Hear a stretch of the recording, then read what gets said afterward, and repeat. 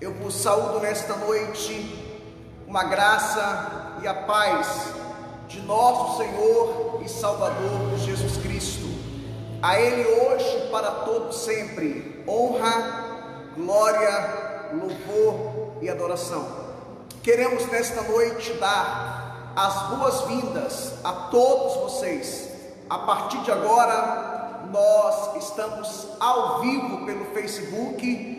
A partir de agora nós vamos dar início ao nosso culto de louvor e adoração ao Senhor nosso Deus e também de pregação da palavra de Deus.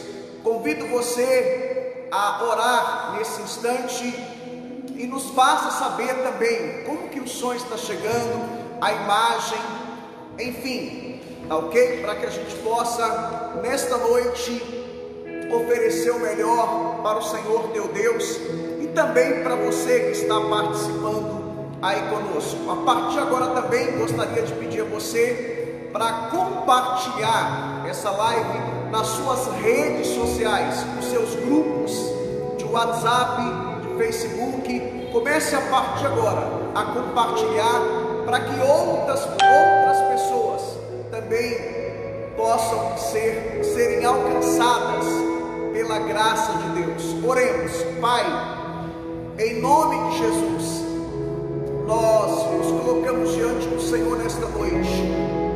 Nós te pedimos perdão, Senhor, por todos os nossos pecados. Purifica-nos, Senhor Jesus, com o teu precioso e poderoso sangue. Receba nesta noite nosso culto, nosso louvor, nossa adoração. Fale conosco, Pai, nesta noite, através da Tua Palavra. E te pedimos, ó Pai, abençoa o Teu povo nesta noite.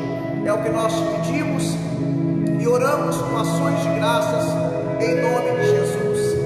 Amém. E graças a Deus. Passo a palavra para o Ministério de Louvor.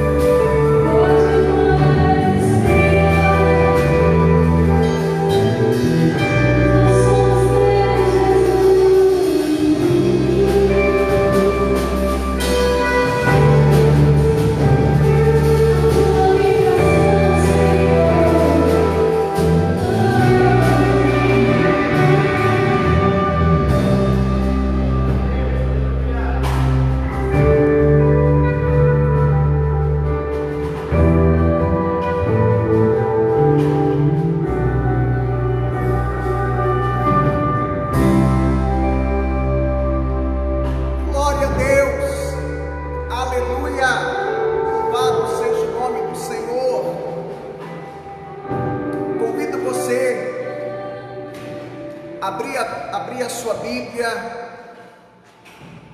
Queria pedir ao Luiz Felipe para dar uma olhadinha como é que está ali, Luiz Felipe. Convido você a abrir a sua Bíblia no Evangelho segundo escreveu Mateus, no seu capítulo 7. Uma vez mais, quero cumprimentar a todos, uma graça e a paz do Senhor Jesus. Abra comigo a sua Bíblia, por favor, no Evangelho segundo escreveu Mateus, capítulo 7. Nós vamos ler a partir do versículo 13 até o versículo 20.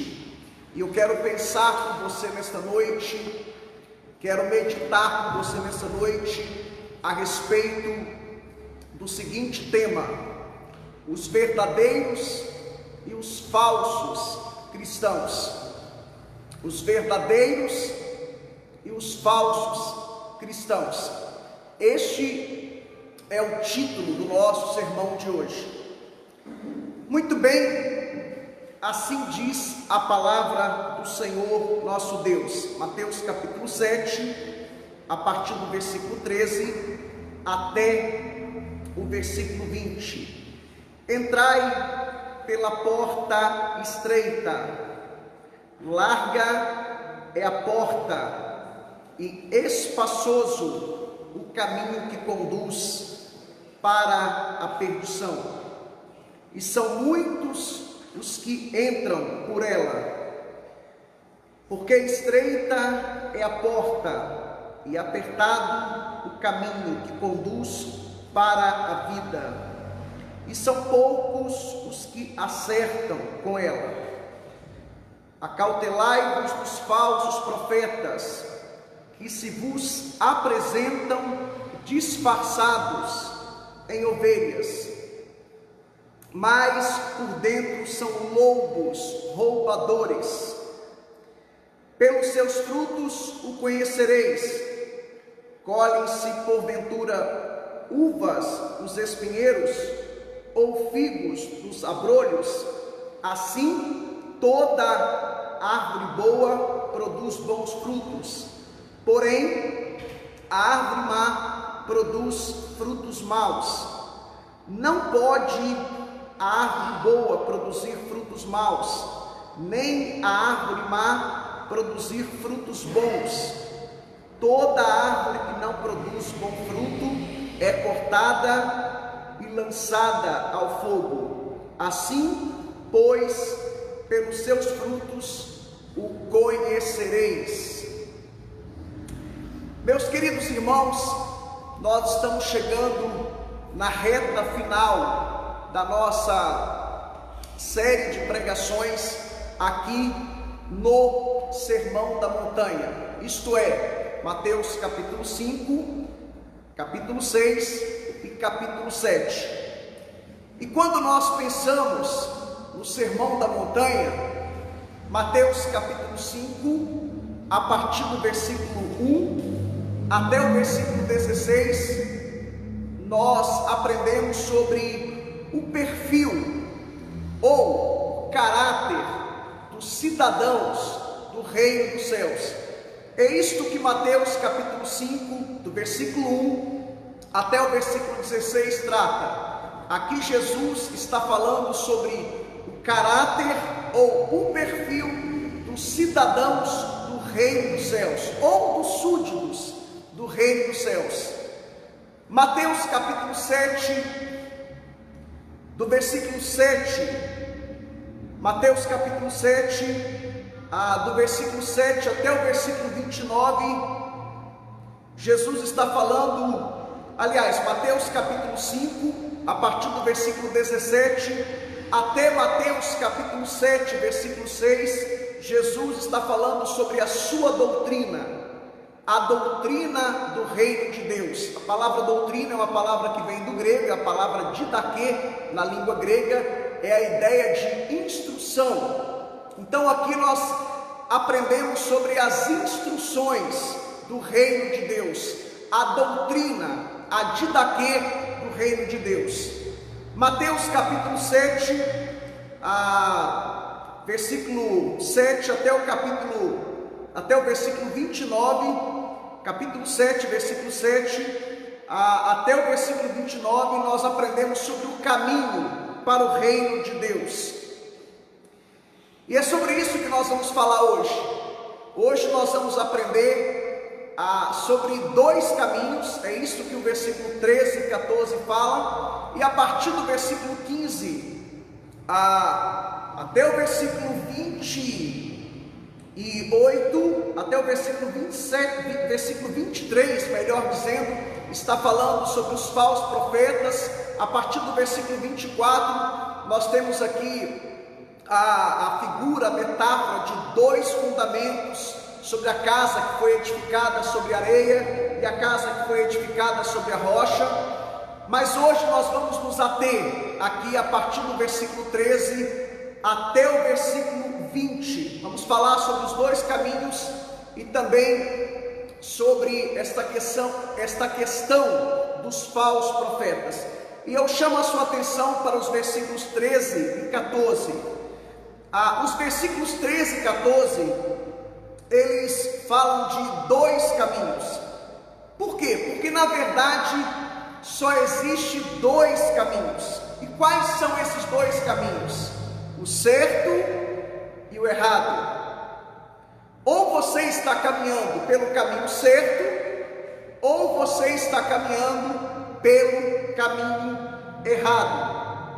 Só existe dois caminhos: o caminho bom e o caminho mau.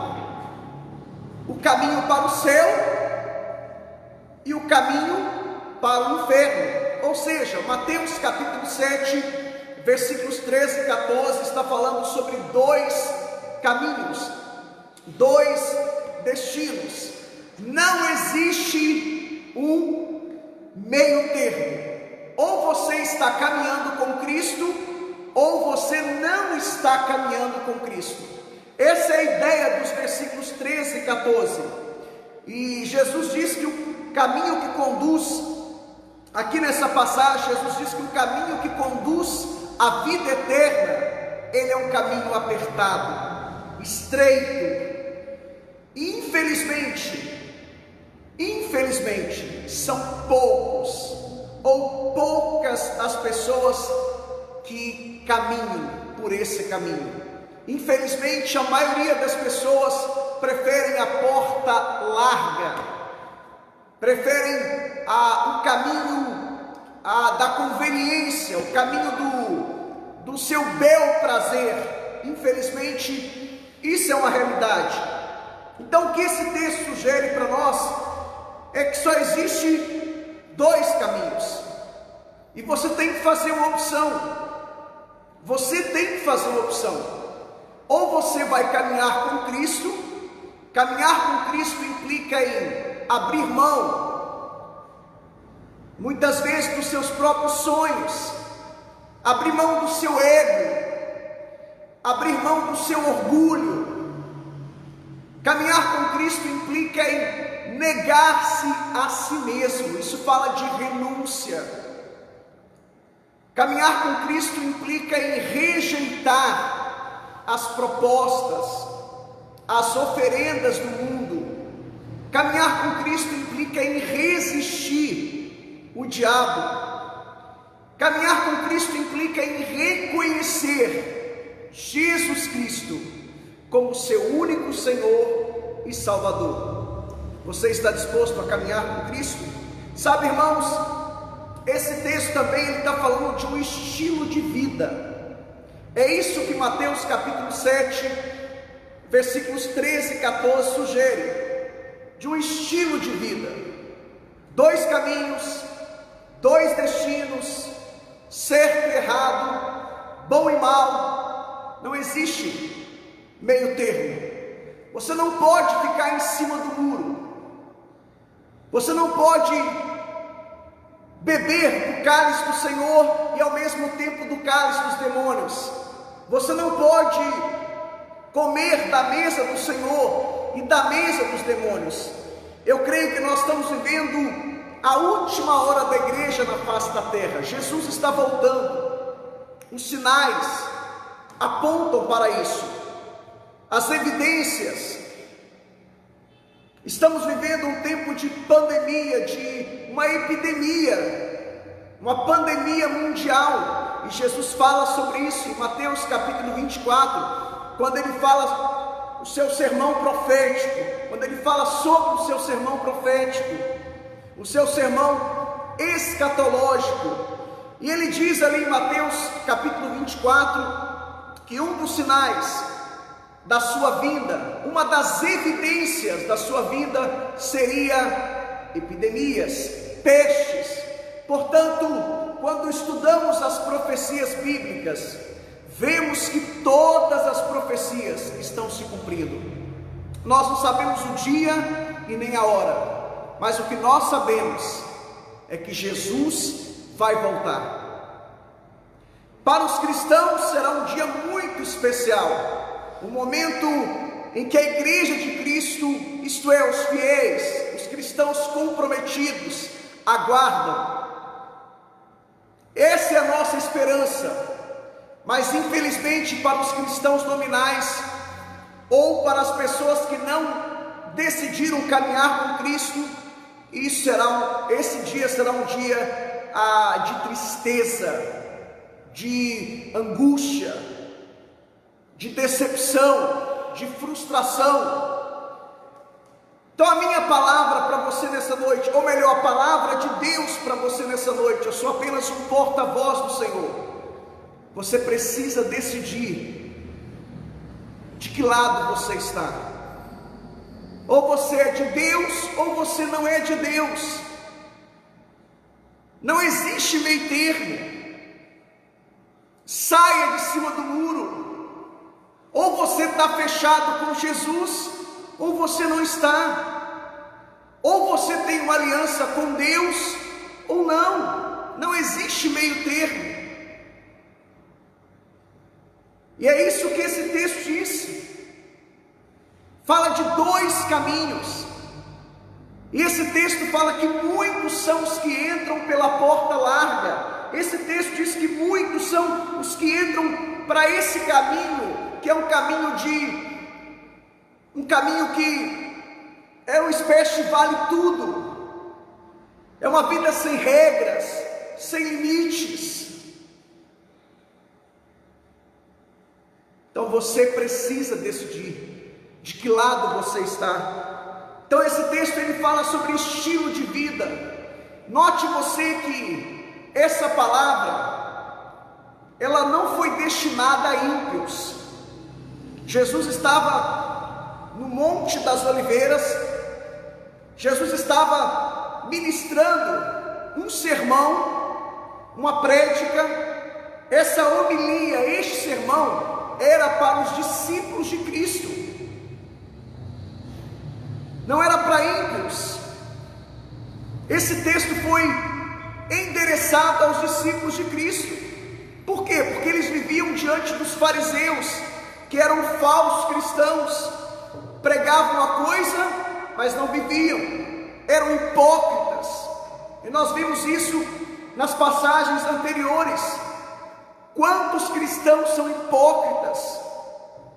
Prega uma coisa e vive outra, canta uma coisa e vive outra. Precisamos repensar o nosso cristianismo. Precisamos decidir de que lado estamos. Ou estamos do lado de Cristo ou não. Esse texto também fala do evangelho da conveniência e do evangelho do comprometimento. Muitas pessoas, infelizmente, servem a Cristo por conveniência, por interesse. Note você que no ministério de Jesus havia 3 classes de pessoas que seguiam a Cristo. Havia uma classe de pessoas, ou um grupo de pessoas que seguia a Cristo só por causa dos milagres. Não queriam nada com Cristo, não queriam compromisso com Ele, não queriam saber nada do reino de Deus, não queriam saber nada sobre a visão de Jesus, projeto de Jesus. a ideologia, a filosofia de Jesus. Só queriam os benefícios, milagres. Havia um outro grupo, uma outra classe que seguia Jesus só em busca de pão e peixe, em busca de comida.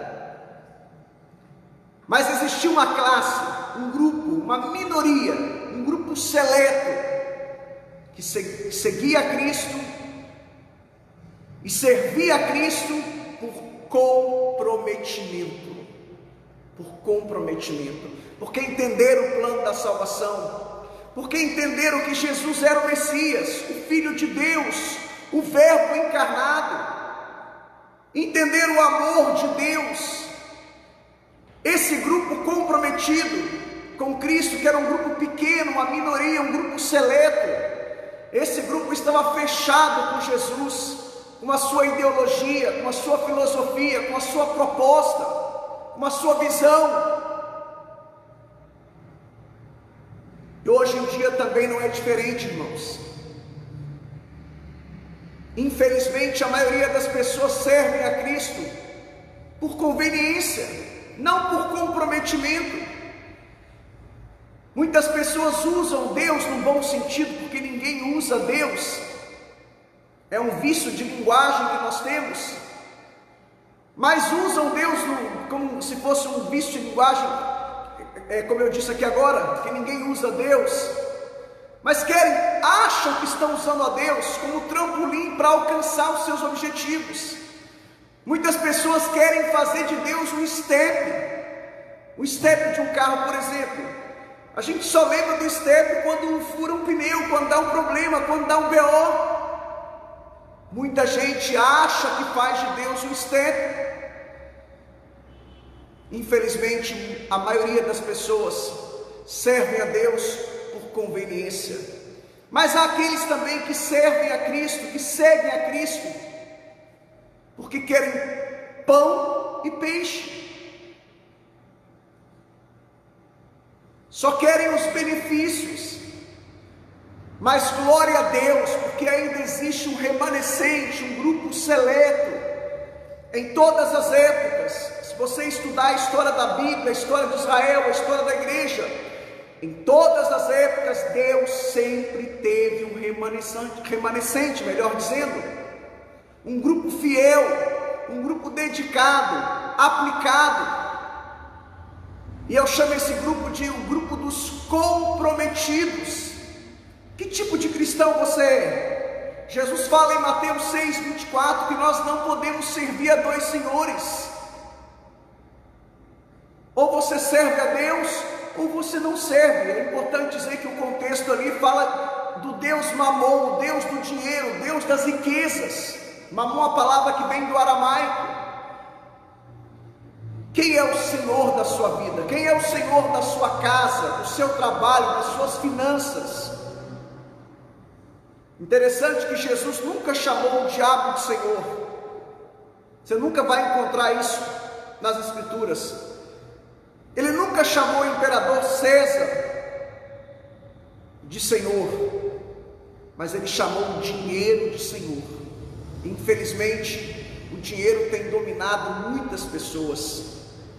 Infelizmente, muitas pessoas se tornaram escravas do dinheiro.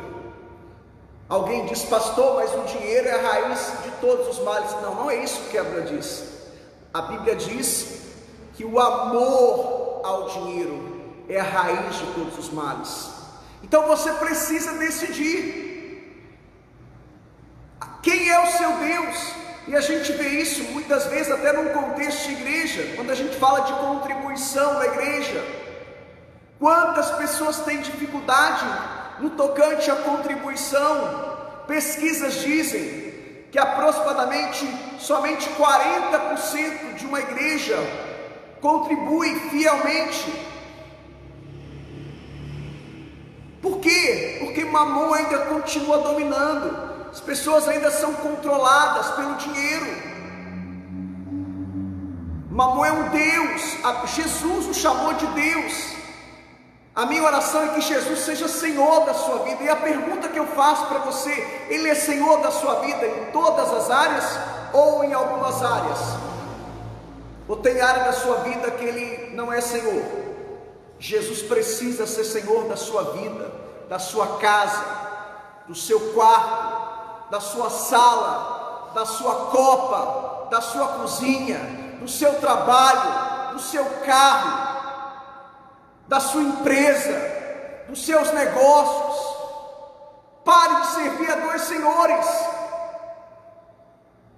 Ah não, pastor, Jesus é Senhor da minha vida, mas só em algumas áreas. Ele é Senhor do seu dinheiro? Não, nessa área aí não, pastor.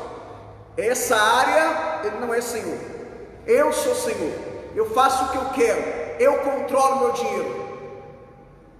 É isso que o texto diz. Nós não podemos servir a dois. Aliás, o texto fala de dois caminhos. É a ideia de alguém que está dividido, é a ideia de alguém que caminha ou com Cristo ou sem Cristo. Muitos são os que entram pela porta larga, e poucos são os que entram pelo caminho estreito, ou seja, poucos são aqueles que querem de fato viver de acordo com a palavra de Deus. Muitos até querem, mas em algumas áreas. Não, nessa área não, pastor, não toca nesse ponto, não toca nessa área. Jesus quer ser Senhor da sua vida em todas as áreas. Ele quer ter o controle. Áreas da sua vida que Ele está dizendo: eis que estou à porta e bato. Porque tem áreas que você abriu para Ele, mas tem áreas que você não abriu a porta. Sua vida sentimental. Ele é Senhor do seu smartphone, do seu iPhone, do seu tablet, do seu computador, da sua televisão. Jesus quer ser o Senhor da sua vida. Ele quer o controle. Você precisa decidir. Não existe possibilidade de você jogar em dois times ao mesmo tempo. Ou você é de Deus, ou você é do diabo. Decida qual caminho que você quer trilhar, caminhar. Pastor, eu quero Cristo. Então decida ser um discípulo de Cristo. Isto é, ser um seguidor, colocar em prática os ensinamentos de Cristo.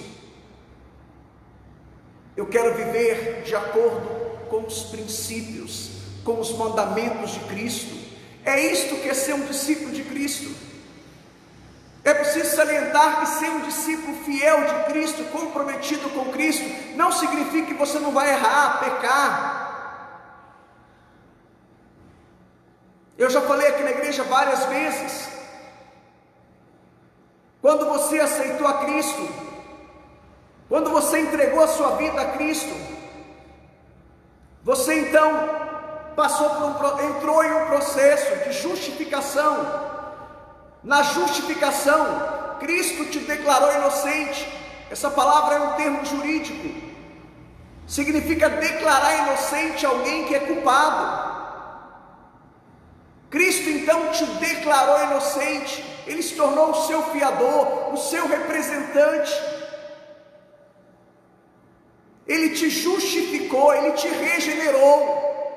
No ato da sua conversão, a primeira coisa que aconteceu, você foi regenerado. Você nasceu de novo. Segunda coisa, você passou a crer. Terceiro, você foi justificado. Quarto, você foi adotado por Cristo. Agora você é filho de Deus. Agora você entrou num processo de santificação. Se a justificação fala do passado, que Cristo nos perdoou dos pecados do passado, presente e futuro, na santificação fomos libertos do poder e do domínio do pecado, não da presença do pecado, convivemos com o pecado.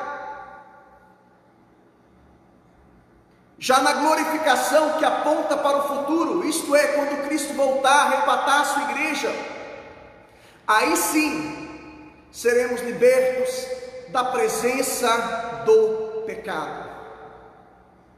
Seremos semelhantes a Cristo.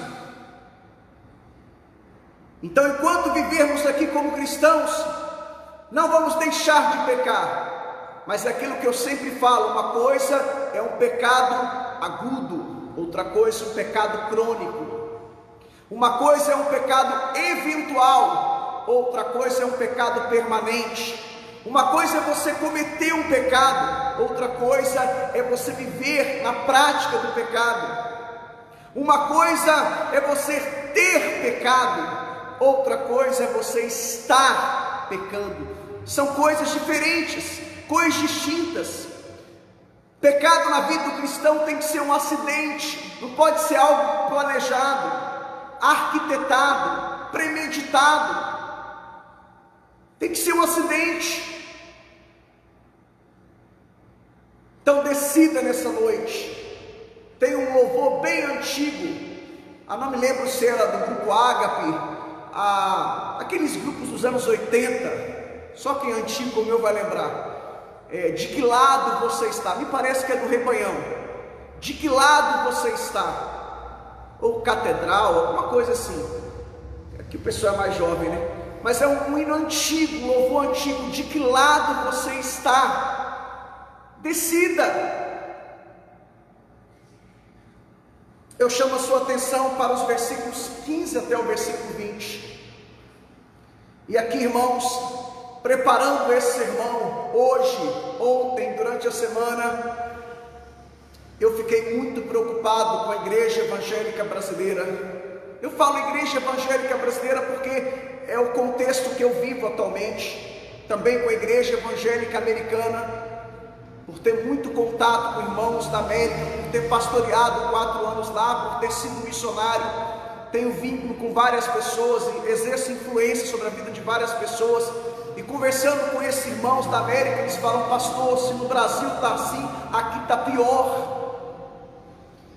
E eu posso dizer com autoridade, irmãos, os falsos profetas do Brasil, eles fazem curso com os falsos profetas da América. Eu posso falar com propriedade, autoridade. E aqui, a partir do versículo 15 até o versículo 20, se nos versículos 13 e 14 Jesus falou sobre os 2 caminhos, a partir do versículo 15 Jesus começa a falar sobre os falsos profetas. Agora, como conhecer o falso? Primeiro eu preciso conhecer o verdadeiro. Houve uma época no Brasil, que era muito comum vender produtos piratas. Aliás, até hoje.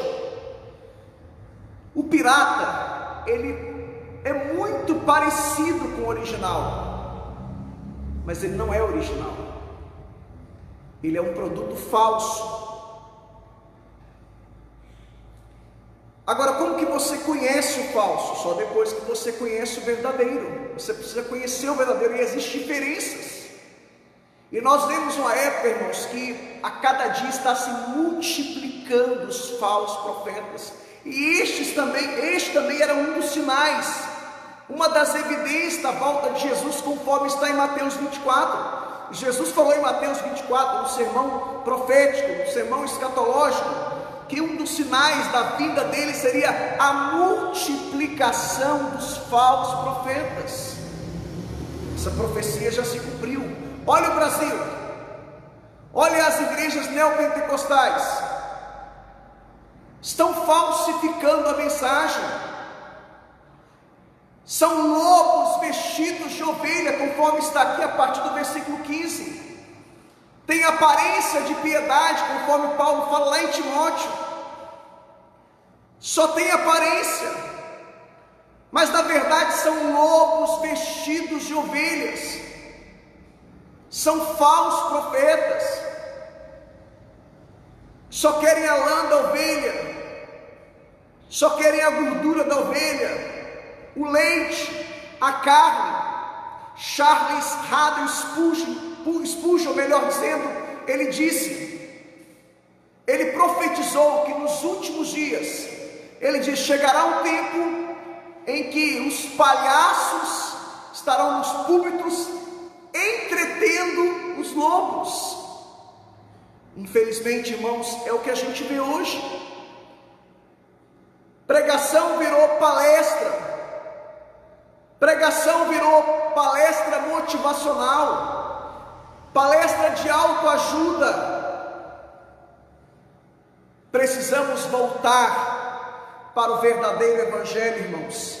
E aqui nós vemos, irmãos, a partir do versículo 15, Cristo ele usa aqui a analogia, a metáfora, ele usa uma figura de linguagem de árvores. E essa é uma forma de você identificar falsos profetas. Essa ilustração ela mostra que a verdadeira fé em Cristo, ela transforma vidas e produz frutos para a glória de Deus. Olha as igrejas dos falsos profetas. Os membros dessa igreja são apenas um reflexo dos seus pastores. Não mudam, não há mudança de vida, não há mudança de caráter. Continuam com os mesmos hábitos antigos, com os mesmos vícios, as mesmas manias. Olha as igrejas desses falsos profetas, os discípulos vivem uma vida incoerente com a palavra de Deus. Você não vê mudança. E uma das marcas do evangelho é que evangelho é sinônimo de mudança de vida e caráter. Se o evangelho não mudar a sua vida, o seu caráter, queridão, isso não tem nada a ver com o evangelho de Jesus.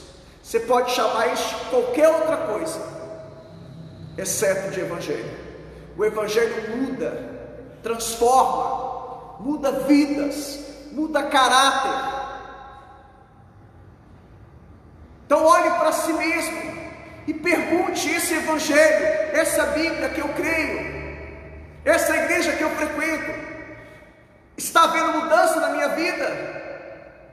Se você não está passando por um processo de mudança, de evolução, de transformação, de uma metanoia, é bem provável que tenha algo de errado com você, com a sua igreja, com o seu líder, com o seu pastor. Eu sempre digo, irmãos, eu ainda não sou o que eu preciso ser, mas o que eu era, eu não sou mais. É isso que é ser cristão.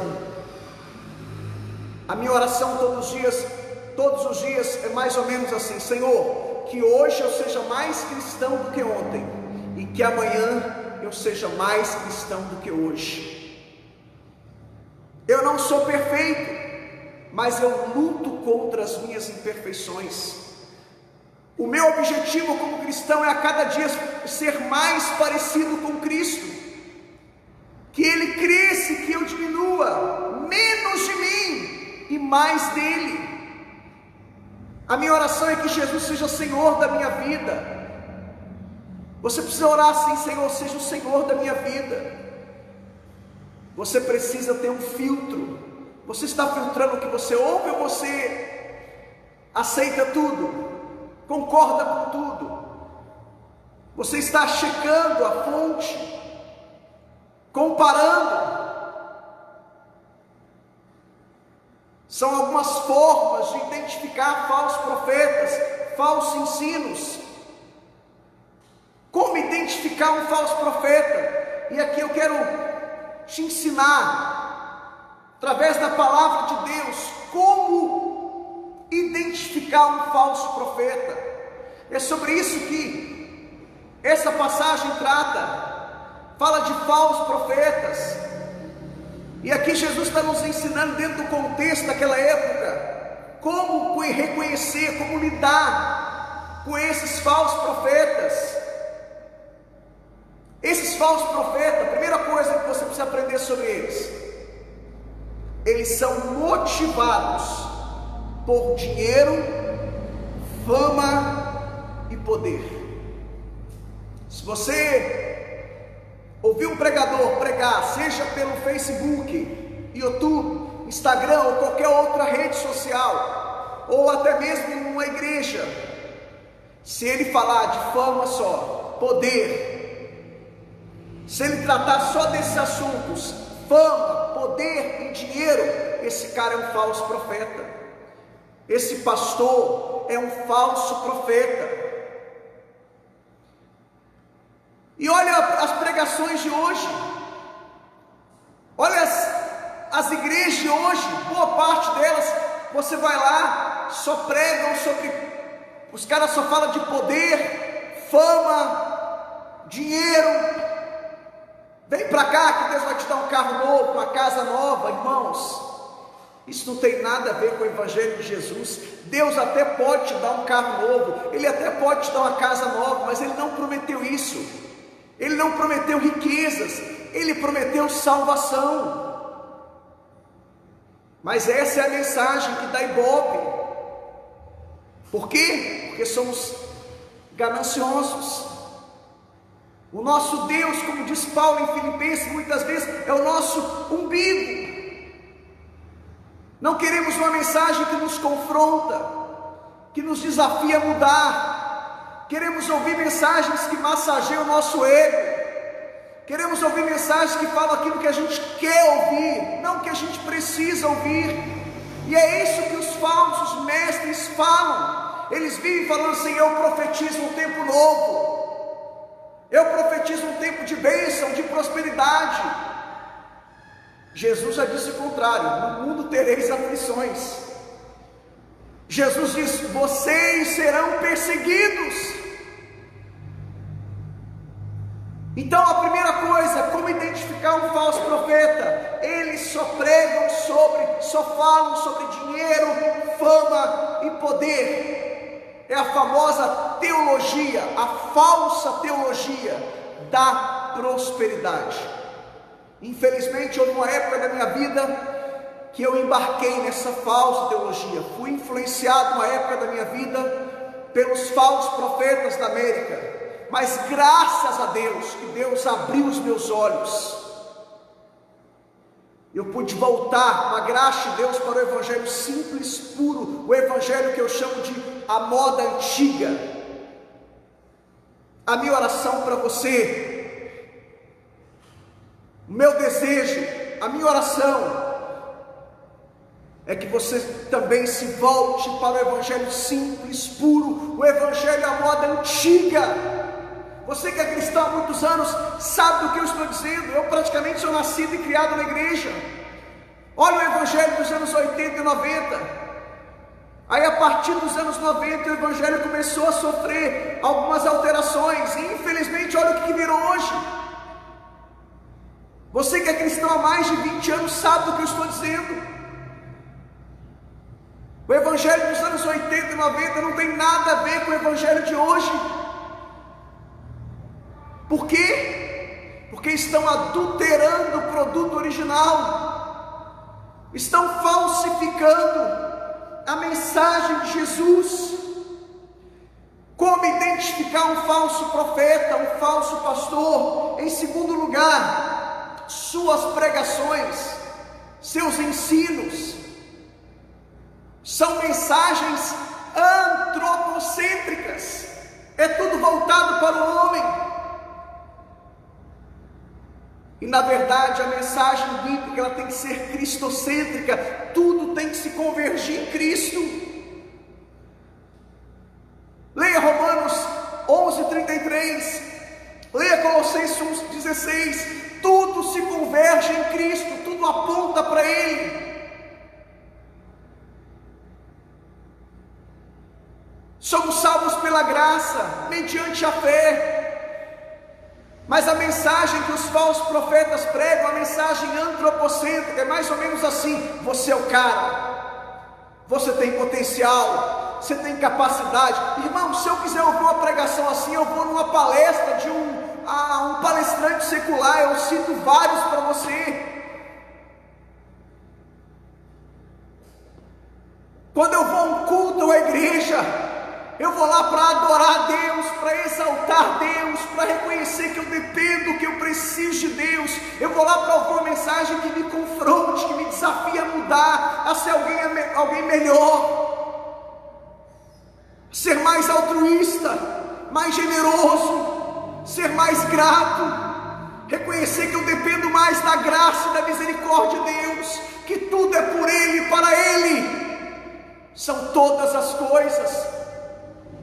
Esses falsos profetas só pregam mensagens antropocêntricas. Você é o homem, você é o cara. A palavra antropocêntrica é a junção de duas palavras do grego: antros, homem, tracinho, cêntrico, é a ideia do homem no centro. Essa é uma outra característica dos falsos profetas: eles só pregam mensagens antropocêntricas. Um dia uma pessoa falou para mim assim: pastor, eu não gostei do culto hoje. Eu falei: meu querido, você não entendeu nada. Não é você que tem que gostar ou deixar de gostar. Quem tem que gostar é Deus. O culto não é para você, o culto é para Deus. Quantos pastores: não, eu não posso pregar sobre isso, eu não posso pregar sobre aquilo, eu não posso falar sobre isso, não posso falar sobre aquilo, não posso cantar música tal, porque senão fulano de tal não vai gostar, Beltrano, Ciclano, Herculano. Queridão, o culto não é para você, o culto é para Deus. Você não tem que gostar ou deixar de gostar. Você tem que vir na igreja para adorar, para exaltar, para glorificar e para dizer: Deus, eu preciso aprender mais de Ti. Por isso somos uma geração de cristãos mimados, manhosos. Qualquer motivo a gente muda de igreja. Não temos raízes mais.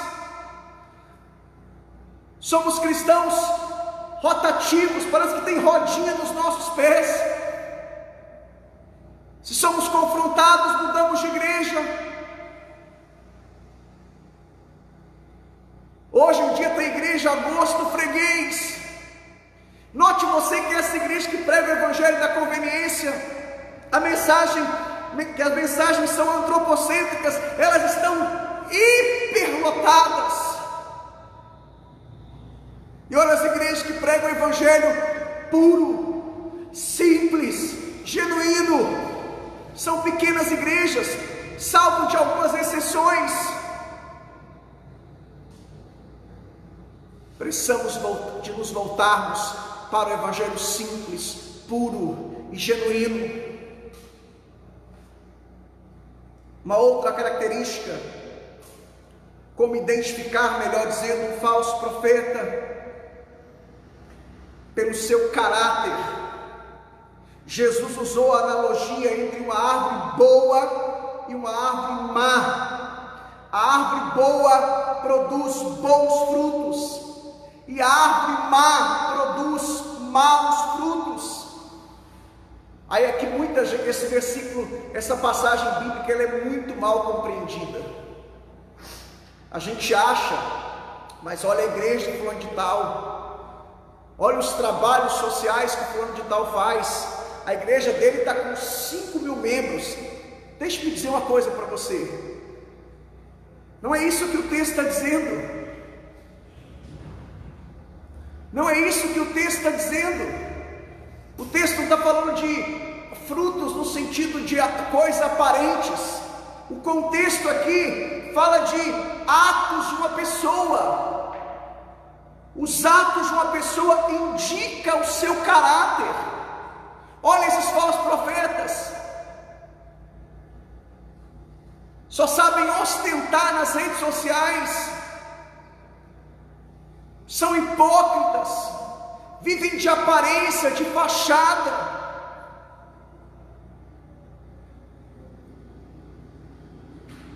Prega uma coisa, vive outra, melhor dizendo.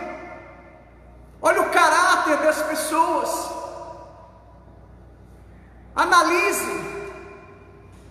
Olha os atos. É isso que o texto diz. Eu não devo julgar uma pessoa pelos seus dons, pelo seu carisma. Eu devo julgar uma pessoa pelo seu caráter, pela sua história. E a gente está invertendo. Muitas vezes julgamos as pessoas pelos dons, pelo carisma que ela tem, pela capacidade que ela tem de argumentar. E as pessoas muitas vezes são sofistas. Um sofista, ele tem um poder de influenciar muito grande. Ele entra na mente das pessoas. ele tem um poder de convencimento, ele é manipulador, ele se vitimiza, ele dá uma de vítima. Eu sou errado, eu sou certo e fulano de tal errado. Mas olha a história dessa pessoa, olha o caráter dela, e a gente está trocando as bolas. É isso que o texto diz: eu não devo julgar uma pessoa pelos seus dons, pelo seu carisma, pelo seu poder de retórica, oratória, de argumentação. Eu preciso julgar uma pessoa pelo seu caráter, pela sua história. E a gente está tendo um momento, a gente vive um momento de inversão de valores. Alguém chega e fala para você e você já cria um conceito errado. Peraí, mas eu conheço o caráter dessa pessoa, eu conheço a história dessa pessoa, isso não condiz.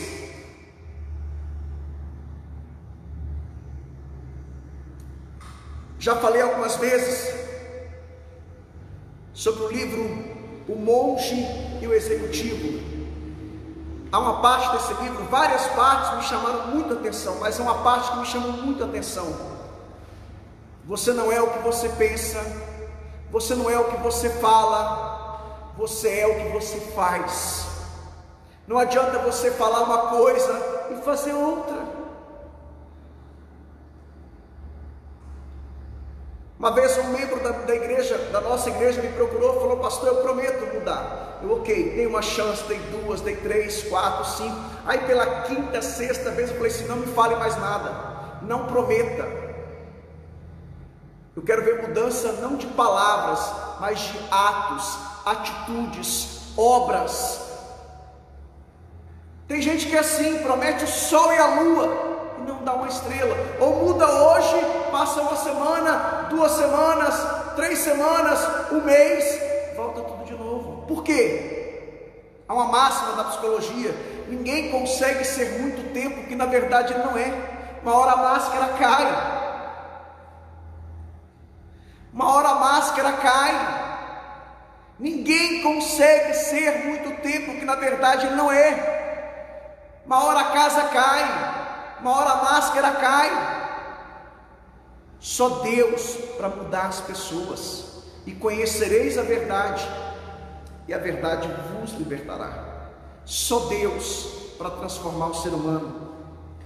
Sabe, irmãos, em quarto lugar, como identificar um falso profeta? Toda pregação, ela precisa ser confrontada com as Escrituras. O que o pregador da TV pregou, tem base bíblica, tem fundamento bíblico, tem respaldo bíblico, tem suporte bíblico. Os falsos profetas são mestres em pegar um versículo, tirá-lo do contexto e fazer aplicações. E tem uma máxima da hermenêutica, a palavra hermenêutica, a palavra que vem do grego, significa interpretação, explicação. Uma máxima da hermenêutica é que texto fora do contexto gera pretexto para heresias. E é isso que os falsos profetas fazem. Então toda a pregação, ela precisa ser confrontada com as Escrituras. É a ideia de um exame criterioso. Precisa passar pelo crivo das Escrituras. Como identificar um falso profeta? Irmãos, uma outra maneira de você identificar um falso profeta: todo texto da Bíblia deve ser entendido à luz do seu contexto. Essa é uma máxima da hermenêutica também. Todo texto deve ser entendido à luz do seu contexto. Contexto histórico, contexto cultural, contexto gramatical. Há muitas palavras que sofreram semânticas, evoluções, mudanças. Por exemplo, se eu falar aqui, fulano de tal é demagogo, sem demagogia, o que você entende? O que vocês entendem?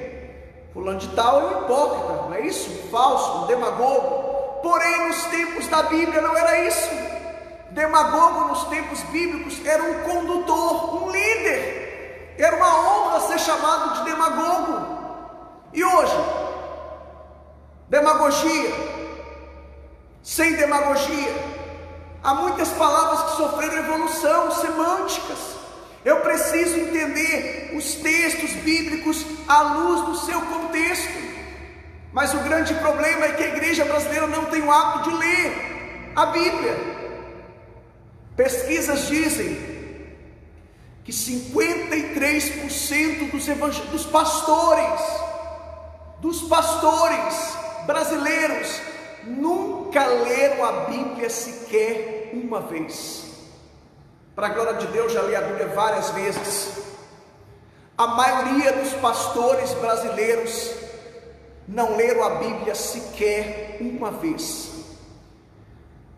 Eu fico feliz porque de uns anos para cá, com o advento das redes sociais, a gente está tendo acesso, aos maiores teólogos do Brasil e do mundo.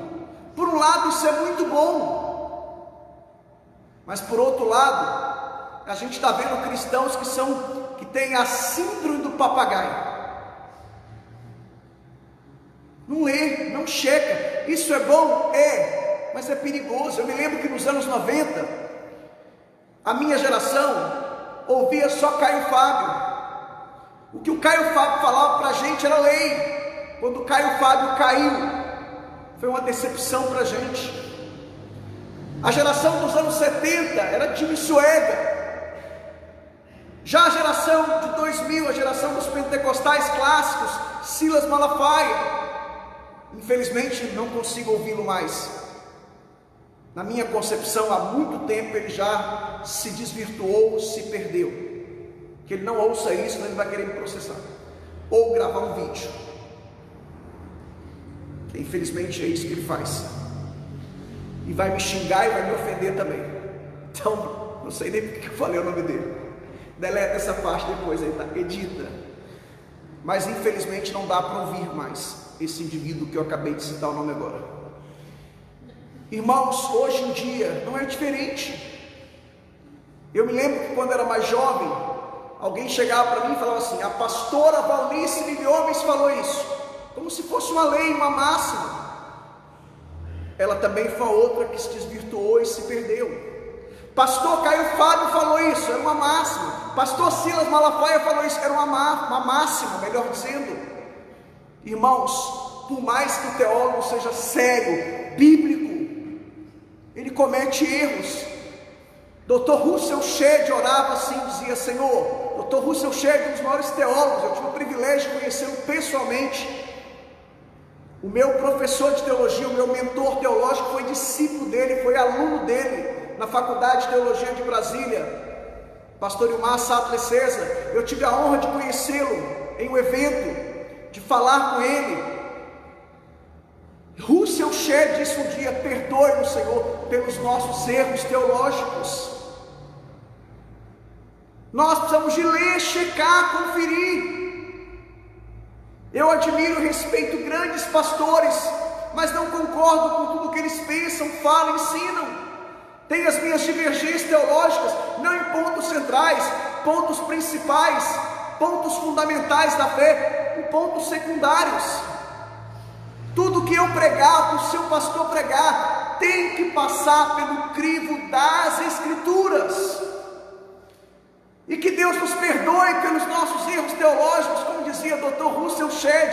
Erros, não heresias, são coisas distintas.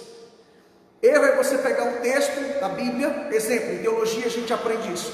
Tem textos que são interpretativos, não há um consenso. Por exemplo, escatologia.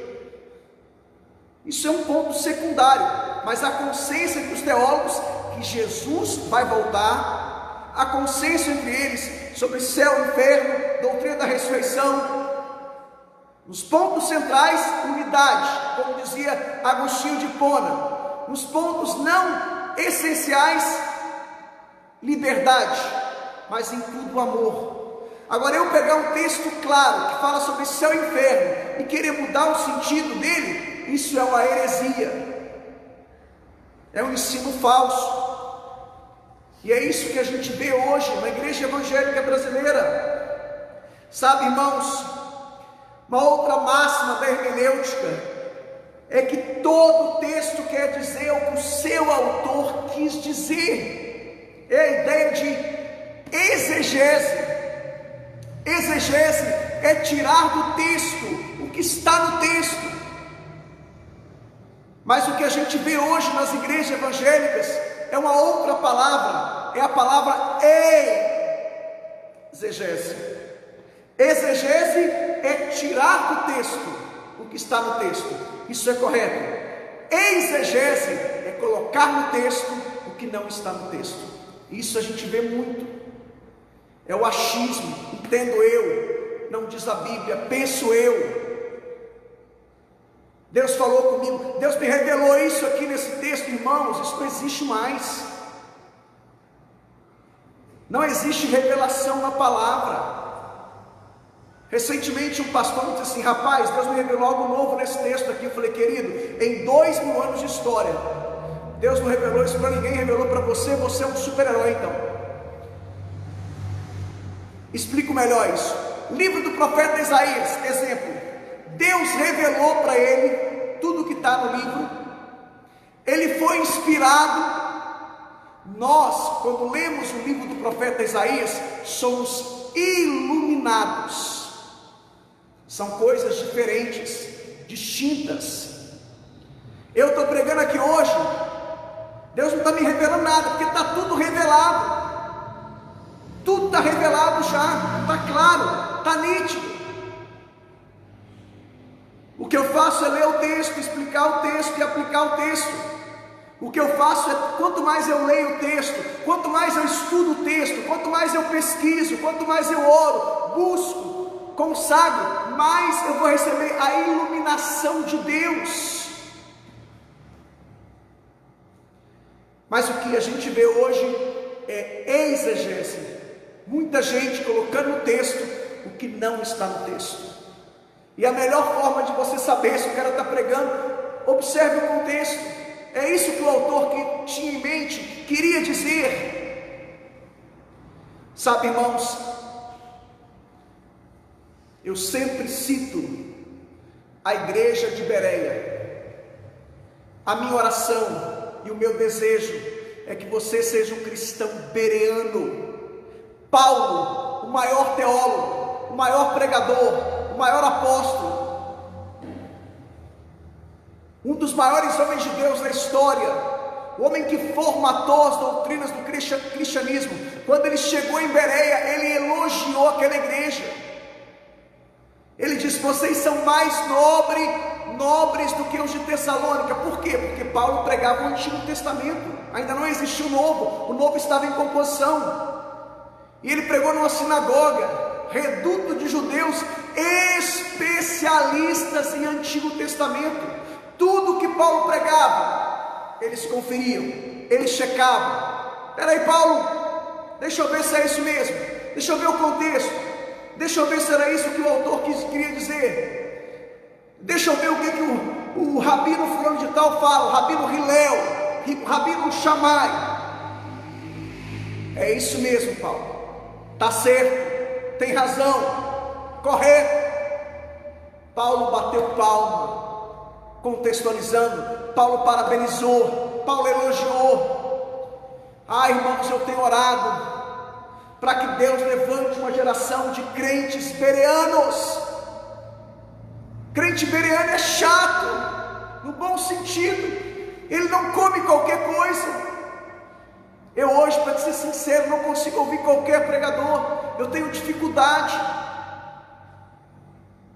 Você se torna um crítico no bom sentido. Por quê? Crítico no sentido de ser criterioso. Depois que você aprende a comer um certo tipo de comida, você não quer descer o nível.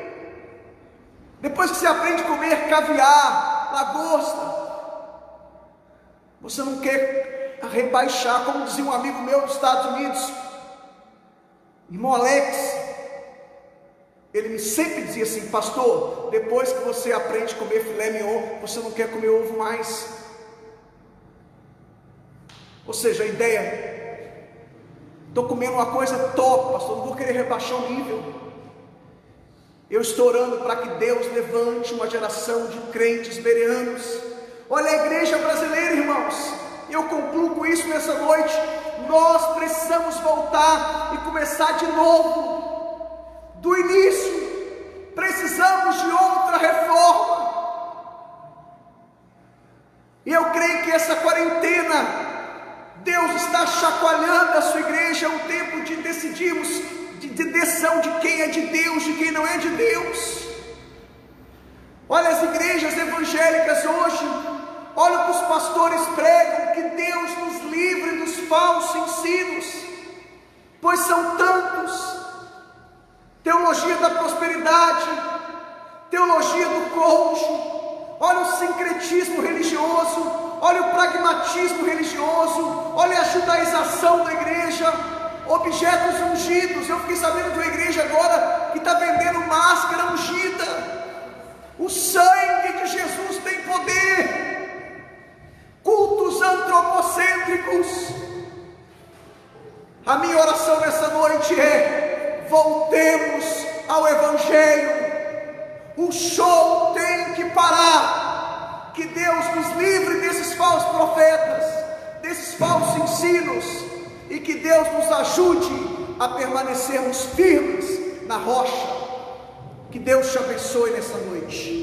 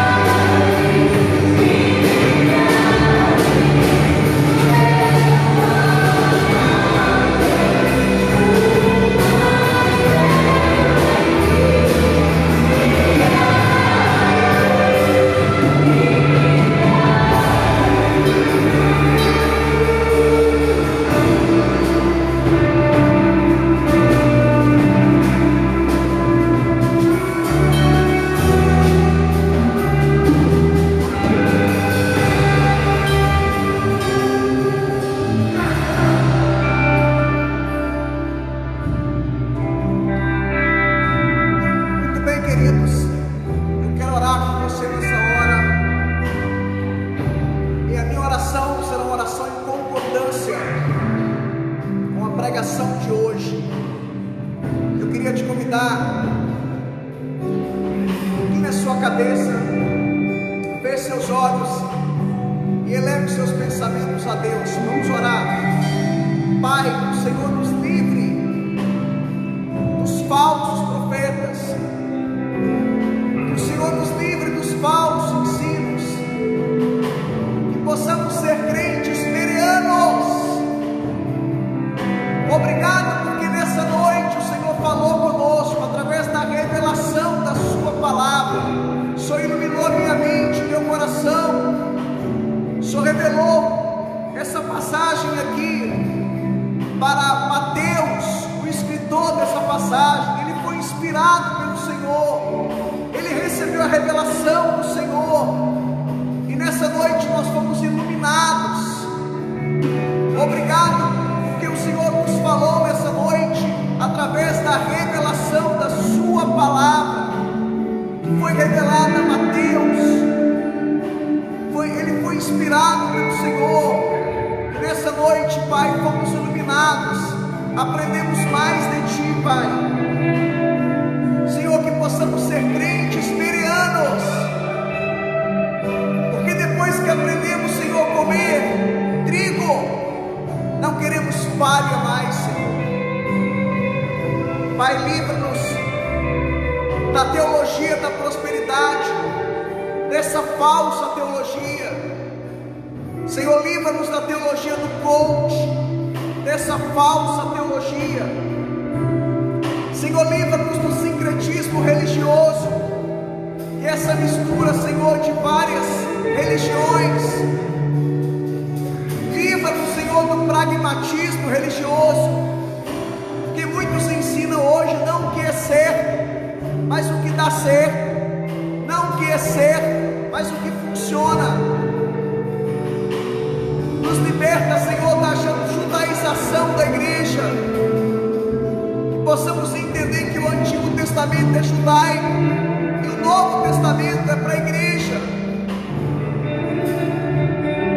Infelizmente, Senhor, muitos estão importando práticas do judaísmo para o seio da igreja. Somos cristãos, Pai. Pai, livra-nos dos objetos ungidos. Pai, livra-nos dos cultos antropocêntricos. Que os nossos cultos sejam cristocêntricos, teocêntricos. Deus, que possamos entrar pelo caminho estreito, pela porta estreita, pelo evangelho do comprometimento. Ó Deus, e prepara a tua noiva, Senhor Jesus. Prepara a noiva do Cordeiro, meu Deus, para encontrar com o Senhor Jesus nos ares. Ó Deus, abençoe o teu povo. Que o Senhor te abençoe, meu irmão. Que o Senhor te cure. Que o Senhor te liberte. Que o Senhor te transforme. Que a graça dele possa te alcançar. O Senhor abençoe a sua casa, sua família, seu trabalho, seus negócios, seu ministério, sua igreja. Seja abençoado por Deus em todas as áreas, em nome de Jesus. Amém. E graças a Deus. Meus queridos, estamos chegando ao término de mais um culto. Eu queria agradecer a você que participou conosco até o presente momento. Meu muito obrigado. Se Deus falou no seu coração nessa noite, compartilhe essa live com o máximo de pessoas que você puder. Compartilhe nos seus grupos de WhatsApp, de Facebook. Só se Deus falou no seu coração, compartilhe. Se Ele não falou, não compartilhe, tá bom? Mas se Ele falou, compartilhe. Queria pedir a você também para se inscrever no nosso canal no YouTube, Igreja Tabernáculo em Taubaté. Queria pedir também a você para curtir a nossa página no Facebook, Igreja Tabernáculo em Taubaté, ok? Que Deus abençoe a sua vida, rica e abundantemente. Muito obrigado, Ministério de Louvor. Muito obrigado, Luiz Felipe, o nosso cinegrafista. Nós vamos agora orar, finalizando e também dando a bênção apostólica. Prefeito Samuel, veio orar, finalizando e também dando a bênção apostólica. Graças e paz, meus irmãos, amém? Oremos então. Senhor nosso Deus, nosso Pai, queremos te dar graças, Senhor, por esse momento que estivemos na tua presença. Obrigado pela tua palavra que foi ministrada aqui nessa noite. Oh Deus, obrigado por cada vida que esteve, Senhor, acompanhando pela live, Senhor, no nome de Jesus. Peço que o Senhor venha nos abençoando, venha, Senhor, nos dar uma noite de sono boa, Senhor, no nome de Jesus. E venha estar abençoando a semana de cada um, Pai, no nome de Jesus. Amém. Recebemos a bênção. Que a graça do nosso Senhor